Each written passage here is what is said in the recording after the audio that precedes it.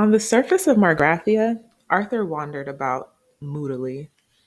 Ford had thoughtfully left him his copy of The Hitchhiker's Guide to the Galaxy to while away the time with. He pushed a few buttons at random. The Hitchhiker's Guide to the Galaxy is a very unevenly edited book and contains many passages that simply seemed to his editors like a good idea at the time. One of them, the one Arthur now came across, supposedly relates the experiences of one Veet Vujicic, a quiet young student at the University of Maximegalon, who pursued a brilliant academic career studying ancient philosophy, transformational ethics, and wave harmonic theory of historical perception. And then, after a night of drinking pan-galactic gargle blasters with Zaphod Beeblebrox, became increasingly obsessed with the problem of what had happened to all the bureaus he'd bought over the past few years. There followed a long period of painstaking research during which he visited all the major centers of bureau loss throughout the galaxy and eventually came up with a quaint little theory which quite caught the public imagination at the time.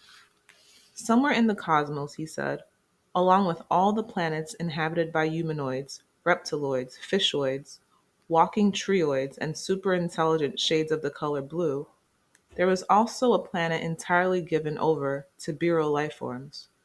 And it was to this planet that unattended bureaus would make their way, slipping away quietly through wormholes in space, to a world where they knew they could enjoy a uniquely bureauid lifestyle, responding to highly bureau-oriented stimuli, and generally leading the bureau equivalent of the good life. And as theories go, this was all very fine and pleasant until Veet Vujagig suddenly claimed to have found this planet, and to have worked there for a while, driving a limousine for a family of cheap green retractables, whereupon he was taken away, locked up, wrote a book, and was finally sent into tax exile, which is the usual fate reserved for those who are determined to make a fool of themselves in public. When one day an expedition was sent to the spatial coordinates that Vujicic had claimed for this planet, they discovered only a small asteroid inhabited by a solitary old man who claimed repeatedly that nothing was true, though he was later discovered to be lying.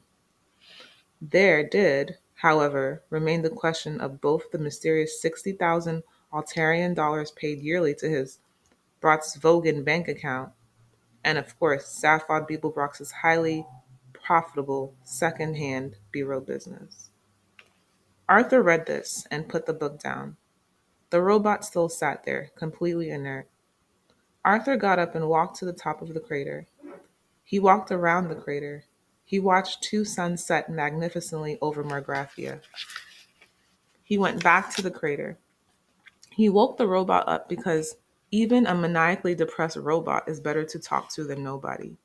Night's falling, he said. Look, robot, the stars are coming out.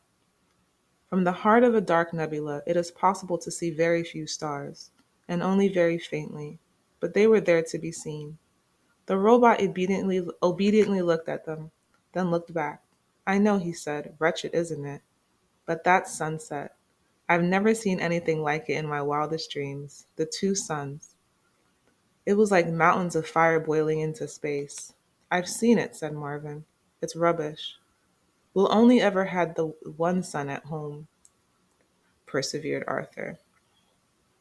I came from a planet called Earth, you know. I know, said Marvin. You keep going on about it. It sounds awful. Oh no, it was a beautiful place. Did it have oceans? Oh yes, said Arthur with a sigh. Great, wide, rolling blue oceans. Can't bear oceans, said Marvin. Tell me, inquired Arthur. Do you get on well with other robots? Hate them, said Marvin. Where are you going?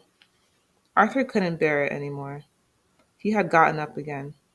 I think I'll just take another walk, he said. Don't blame you, said Marvin, and counted 597,000 million sheep before falling asleep again a second later.